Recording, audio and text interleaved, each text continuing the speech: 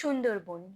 সুন্দরবন নামটা শুনলেই মনে আসে নানান অজানা রহস্য, অজানা কাহিনী আর রোমাঞ্চ।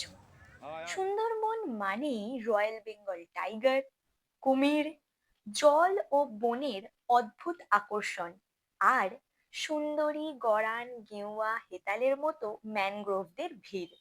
এগুলোই তো পড়ে এসেছি এতদিন বইয়ের পাতায়।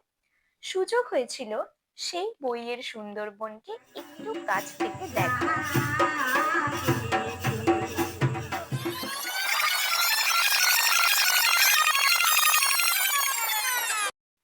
আমি স্নেহা, আর তোমরা আমাকে চেনো এক্সপ্লোর উইথ সেজুতির জন্য।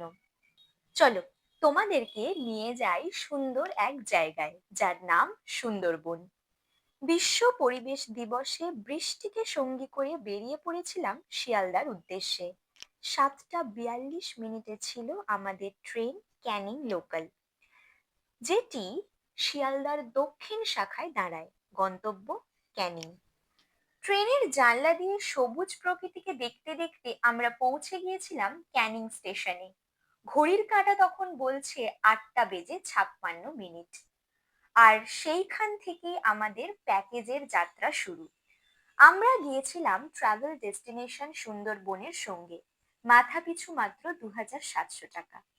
দুরাত্রি 3 দিনের ইলিশ উৎসবে আমরা সামিল হয়েছিলাম। তাদের সঙ্গে যাত্রা শুরু হয়েছিল এই ক্যানিং স্টেশনে পৌঁছানোর পর অটোয় ওঠা থেকে। তাদের প্রথম দিনের যাত্রায় ছিল গোসাবা, রবীন্দ্রনাথের বেকন বাংলো ও সজনেখালি।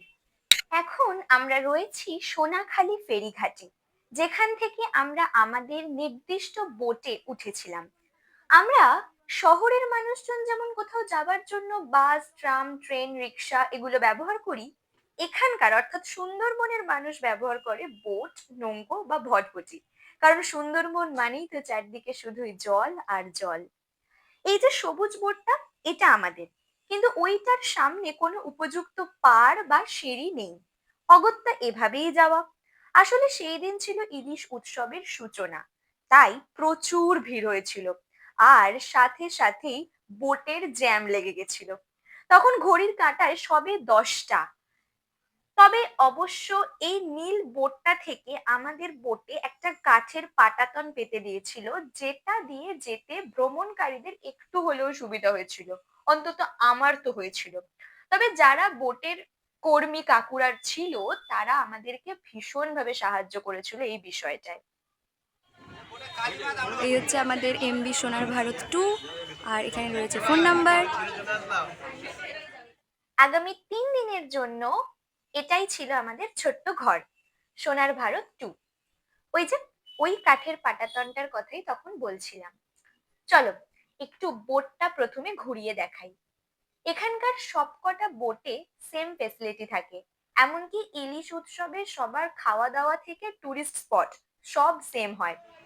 আমরা সোনার ভারত 2-তে উঠে গেছি। আমাদের যেটা বোট, আশা করি বলার অপেক্ষা রাখে না যে আমরা কোথায় আছি। আমরা এখন এসেছি সুন্দরবনে। তো এই হচ্ছে আমাদের বোটের নিচের পোর্শনটা। আর এই হলো হেসেল, যেখানে 40 জনের রান্না হয় প্রতিদিন। সাধারণত এই বোটগুলো 45 জনের ভার বহন করতে পারে। আর প্রত্যেকটি বোটেই রয়েছে 3টি করে ওয়াশরুম, রয়েছে লাইফ সকালবেলার জ্যাকেট খাবার। আর সুলভ পানীয় জলের ব্যবস্থা। ভ্রমণকারীদের সেরাটা দেওয়াই তো প্রত্যেকটা ট্রাভেল এজেন্সির লক্ষ্য, তাই না? তোমার কমফর্টের কোনো রকম কোনো খামতি কিন্তু ঘটবে না। আগামী 3 দিন ধরে আমাদের সঙ্গে আলাপ হয়েছিল অনেক নদী, খাঁড়ির। এখন যে নদীটির ওপর আমরা রয়েছি তার নাম মাতলা। বর্ষাকালে এর রূপ কিন্তু হয় অন্যরকম। দাদা আমাদের সেই সব গল্পই বলছিল। একদিকে হচ্ছে বাসন্তী, একদিকে হচ্ছে সোনাগাছি। আর যে নদী আছে নদীটার নাম হচ্ছে ভূগোল নদী। ঠিক আছে? আর প্রত্যেকে আমরা যাচ্ছি এখন হ্যাবিটেসের বাংলো। হ্যাবিটেসের বাংলো আছে রবীন্দ্রনাথ ঠাকুরের একটা হ্যাবিটেসের বাংলো আছে। ওখানে দুটো স্পট আছে, ওখানে আমরা সবাই করবো। আর প্রত্যেকে ওটার নামটা মনে রাখবে। এই হলো মাতলা সেতু বা ক্যানিং ব্রিজ। এই সেতু ক্যানিং এর সাথে বাসন্তী ব্লককে সরাসরি যুক্ত করেছে। 2001 সালের জানুয়ারি মাসে পশ্চিমবঙ্গের তৎকালীন মুখ্যমন্ত্রী বুদ্ধদেব ভট্টাচার্যের হাতে এই ব্রিজের উদ্বোধন। 5 দিন আগে দেখেছি। এদিকটা হচ্ছে জঙ্গল আর এদিকটা হচ্ছে লোকালিটি, তার মাঝখানে আসছে একটা জাহাজ। ইন্দো বাংলাদেশ প্রোটোকল রুট চুক্তির অধীনে বাংলাদেশের বাণিজ্যিক বা মালবাহী জাহাজগুলো ভারতের সুন্দরবন অঞ্চলে প্রবেশের অনুমতি পায়। আর আমাদের মতো টুরিস্টরা জাহাজটাকে শনাক্ত করে পতাকা দেখে। এছাড়া তো আইনি মতে নিবন্ধন নম্বর, কাস্টম চেকপোস্ট এগুলো তো রয়েইছে। আচ্ছা, বনের দিকে ভালো করে খেয়াল করলে দেখো একটা হলুদ রঙের জাল, সেটা কিন্তু জলের নিচেও রয়েছে। তার কারণ কিন্তু দক্ষিণ রায়, অর্থাৎ সুন্দরবনের মহারাজ। আমাদের এখন গন্তব্য রবীন্দ্রনাথের বেকন বাংলো, যার জন্য আমাদের নামতে হবে গোসাবায়। এই গোসাবা ফেরিঘাট ক্যানিং বা গোদখালি হয়ে সুন্দরবনের বিভিন্ন মূল দ্বীপ এবং বাংলাদেশের সীমান্তবর্তী নদীপথের দিকে যাওয়ার একটা প্রধান ট্রানজিট পয়েন্ট। এই হলো গোসাবা ব্লক। এবার আমরা প্রবেশ করেছি বেকন বাংলো, যেখানের প্রবেশ মূল্য 10 টাকা। সালটা তখন 1932। স্কটিশ ব্যবসায়ী ও সমাজসেবক স্যার ড্যানিয়েল হ্যামিল্টনের আমন্ত্রণে বিশ্বকবি রবীন্দ্রনাথ ঠাকুর এখানে এসেছিলেন আর দুরাত্রি থেকেও ছিলেন। 1903 সালে নির্মিত এই একতলা কাঠের বাংলোটি একটা কাঠের খুঁটির ওপর দাঁড়িয়ে রয়েছে।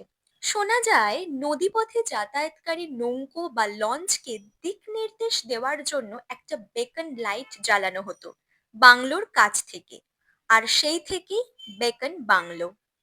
রবীন্দ্রনাথ ঠাকুরের বাংলো যেটা বলা হয় সুন্দরবন অঞ্চলে, এখানে প্রবেশ করতে 10 টাকা লেগেছে, কিন্তু খুব একটা যে আহামরি ভালো কিছু তা কিন্তু নয়। যাই হোক, তবে ওয়ার্থ ইট। এরপর আমরা প্রথম দিন বোটে লাঞ্চ করেছিলাম, যেখানে মেনুতে ছিল সাদা ভাত, ডাল, বেগুনি, পুঁই ইলিশ, ইলিশ ভাপা, দই কাতলা, চাটনি, পাঁপড়। স্বাদগুলো যেমন দারুণ, তেমন নদীবক্ষে প্রথমবার লাঞ্চ করার অভিজ্ঞতাটাও বেশ সুন্দর। হ্যাঁ, সেদিন আমরা সজনেখালিও গিয়েছিলাম বটে, যার ভিডিও পরে পাবে। এরপর ঠিক বিকেল 5টায় আমরা পৌঁছে গিয়েছিলাম আমাদের হোটেল আপনজন হোটেলে। পাখিরালা অঞ্চলের সবচেয়ে বড় হোটেল, সম্ভবত 44টা রুম রয়েছে। এরপর সন্ধেবেলার চিকেন পকোড়া আর কফি খেয়ে চলে এসেছিলাম বাংলার অতি প্রাচীন ঝুমুর নাচ দেখতে। সেদিন কৃষ্ণদাসী সম্প্রদায় থেকে আসা নৃত্যশিল্পীরা আমাদের সন্ধ্যাটাকে আরো আলোকিত করে তুলেছিল। তাদের জীবন সংগ্রামকে জানাই স্যালুট।